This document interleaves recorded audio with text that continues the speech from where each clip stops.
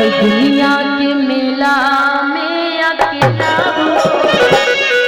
कि तू तो दुनिया के मेला में अकेला हो, क्योंकि जब आप जन्म लिए थे तभी आप अकेले आए थे, और जब ऊपर जाना है तब भी अकेले ही जाना है। कुछ नहीं लेकर आए हैं, ना ही कुछ लेकर के जाना है। इस धरती पर सबसे बड़ी कोई सच्चाई है तो वो है मौत, जो सबको आना है, सबको जाना है। ये साधक बोलता है क्या कि आज तुम मोह माया की दुनिया में इतने व्यस्त हो गए हो कि तुमको अंदाजा भी नहीं है कि आने वाला टाइम पर तुम्हारी गिनती ऊपर हो रही है। ऊपर की जो घड़ी है ना भगवान के पास वाली, वो चल रही है। कहता है क्या साधक कि तू तो दुनिया के मेला में अकेला, कि तू तो है दुनिया के मेला में अकेला, आज के कवनो खेला हो जाए।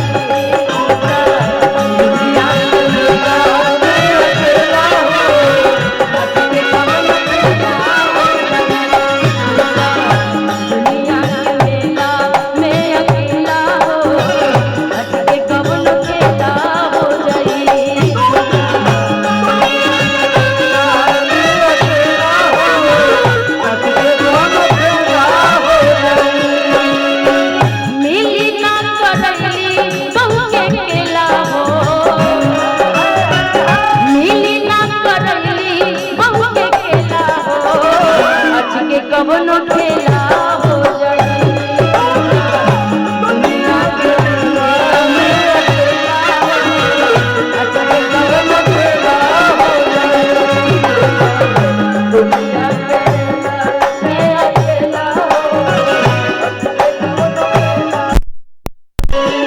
तोरा मन दर्पण कहला,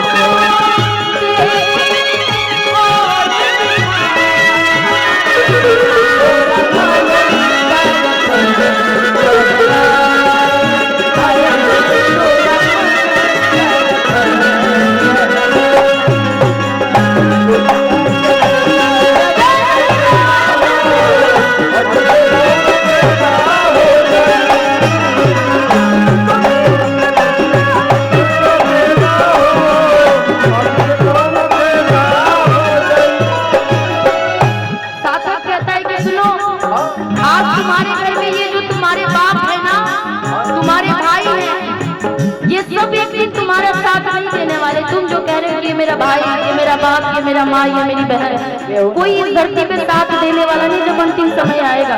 साधक कहता है क्या घरवा में पाले तो हम बापू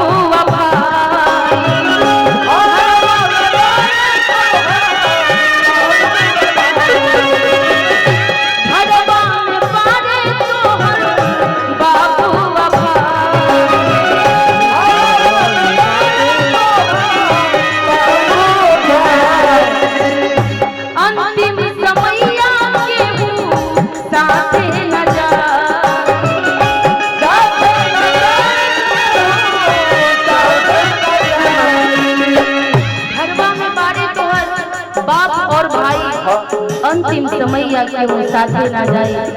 मूर्ख, अब से भी समझ जाओ कि तुम्हारा साथ सिर्फ देने वाला है कोई, तो प्रभु है। अच्छाई करोगे तो अच्छा कर्म मिलेगा, बुराई करोगे तो बुरा फल मिलेगा। कभी कहता है क्या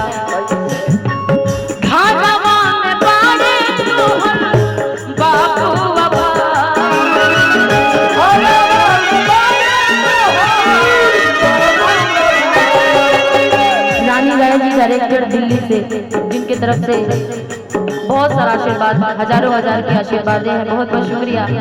इस धरती पे वाकई कोई है तो ये प्रेम है। मोह माया की दुनिया में एक दूसरे से प्रेम निभा लीजिए, वही रह जाएगा। अच्छाई कर लीजिए, क्योंकि मरने के बाद कुछ हो जाता है तो एक ही चीज जाती है, अरे वो बड़ा अच्छा आदमी था, जाने तो वो मर गया तो बहुत बेकार आदमी था, कोई फर्क नहीं पड़ता है। तो अच्छाई और बुराई यही रह जाती है। अब अच्छा कर्म करेंगे तो लोग अच्छा नाम देते हैं, बुरा करिएगा तो बुरा लेते हैं, वो आपके ऊपर होता है। कभी कहता है क्या घरवा में पानी तो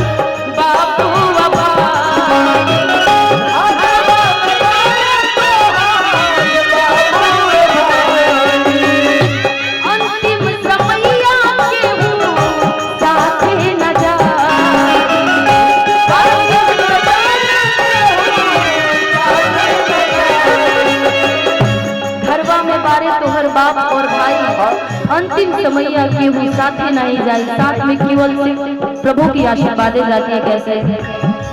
तू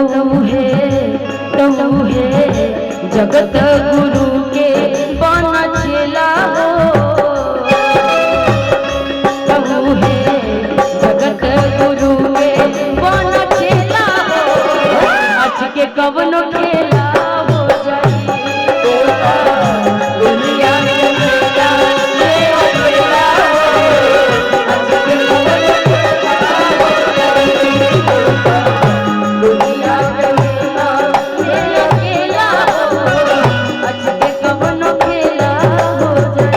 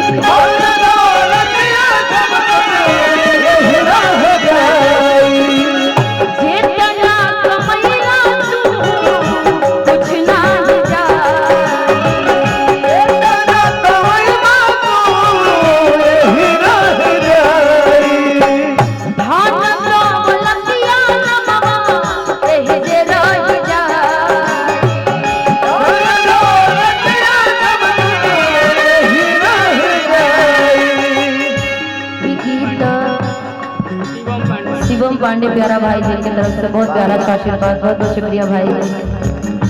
कि तू ता दुनिया में होई गई खेला हो, कि तू ता दुनिया में होई गई खेला हो, आज के कवनो खेला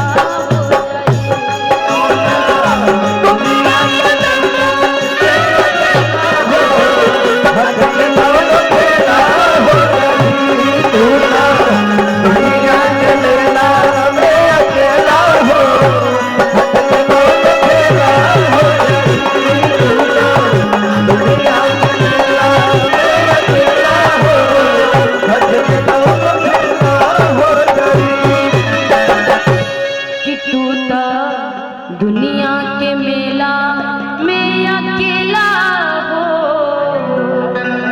कि अच के कवनो खेला हो।